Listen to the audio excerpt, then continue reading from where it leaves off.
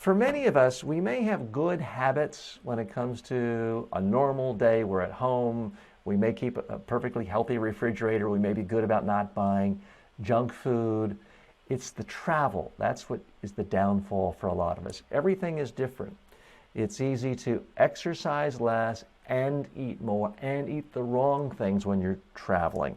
So I wanted to share with you some insights. This comes from Thrive Global. This is a great organization created by Arianna Huffington, and they have some of the best personal development insights coming out on a regular basis. They have a new article out, and I'll link to this in the show note. Or if you're interested in the link, let's do it even better. Just write that you'd like to see the links of this, and I will post it wherever you post, no matter what platform you're on right now. But this is an article entitled, "These Tips Will Help You Eat Healthy While You're Traveling for Work." So one of the tips, look up the menu in advance. So many restaurants post their menus. Certainly if it's a big chain, they'll post their menu. So if you can see the number of calories and you can see that every single thing on the menu is fried and filled with cheese and has 400% of the daily recommended allowance for salt and fat and sugar, and calories, then you can decide not to go to that restaurant. That could be extremely helpful. Tip number 2, bring your own fruits and veggies. Now this is something I've been telling myself I should do, but I have not been doing this regularly. Certainly for airplanes. I mean, most food on airplanes is just awful. Little biscuits, pretzels, things completely devoid of nutritional value. So much easier to bring a small bag of fruit, regular fruit. Dried fruit is not quite as healthy as regular fruit, but it's easier for traveling sometimes. Don't have to worry about the banana getting smushed if it's dried fruit. But that's a great tip, and vegetables too. I've tried doing this, but have not made that a regular practice, but need to. Now, this next tip from Thrive is a little more controversy. Try intermittent fasting. Here's a quote from one expert. "The best way I've found to eat healthy while traveling through airports is to fast until I reach my destination. The hurried pace in airports and the usual lack of healthy options readily available leads me to drink more water and plain coffee or tea. If you're trying this for the first time, take a fistful of almonds with you. It'll help you get through the hunger pangs. Drink lots of water too."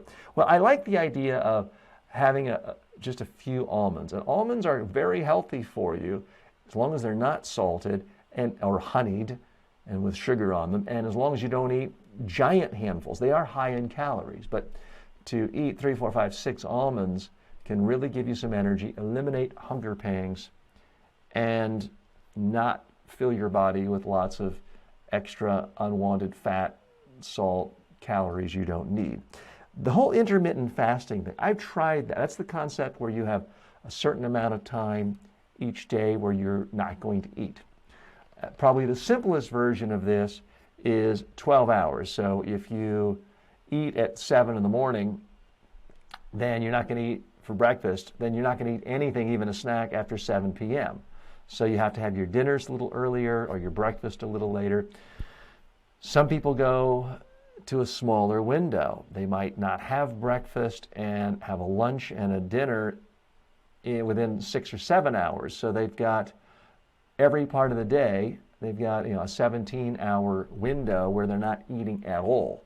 That's a type of intermittent fasting. My problem with this is I hate it so much. It's insanely hard.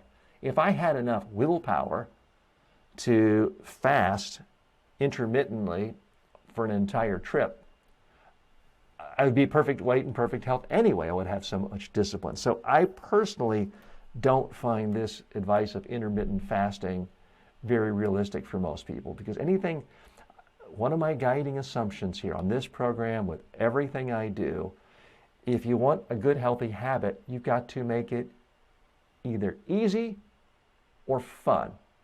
Ideally, both. To me, fasting of any sort is never easy. It's sure not fun. So you can talk about it all day long. I don't think it works I know it doesn't work for me. It doesn't work for most people. I mean, you can do anything for a week. I've tried it for a week, but if you can't do it beyond a week or beyond a month, why start it in the first place? The third big thing I look for in any habit is it truly sustainable? If you can't sustain it, why bother starting it? It's not going to help in the long run.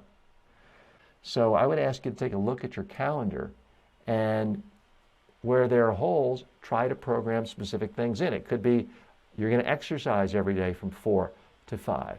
It could be you're going to read a book every night. One thing that's helped me dramatically in just the last year is I literally put on my schedule 9 to 10 p.m. every day. I'm going to read a book in bed before I go to sleep. Helps me sleep better, helps me learn more, and you know what else it does? It keeps me away from the television. The other thing that I find helpful is to give myself a specific allocation of time. So I have literally written down on my phone, I have on my daily to-do list, do not watch more than 1 hour of video entertainment per day. So that's part of it, as I actually write down on my to-do list every single day, limit myself to no more than 1 hour of video entertainment per day. The other thing I do is I created in my Selfie Speak audio program, I tell myself, TJ, you watch at most 1 hour of video entertainment per day, on average. And I've set it in an audio recording. I listen to that recording every single day. The repetition, remember what I was talking about in the last hour? The power of repetition. So when I hear myself tell myself every day that I'm the sort of person who only watches video entertainment for 1 hour a day, that has an impact. When I go to my phone every day and I have to hold myself accountable in my notes section and put no, I failed that, or W for win, yeah, I wanted that today, that drives it home too.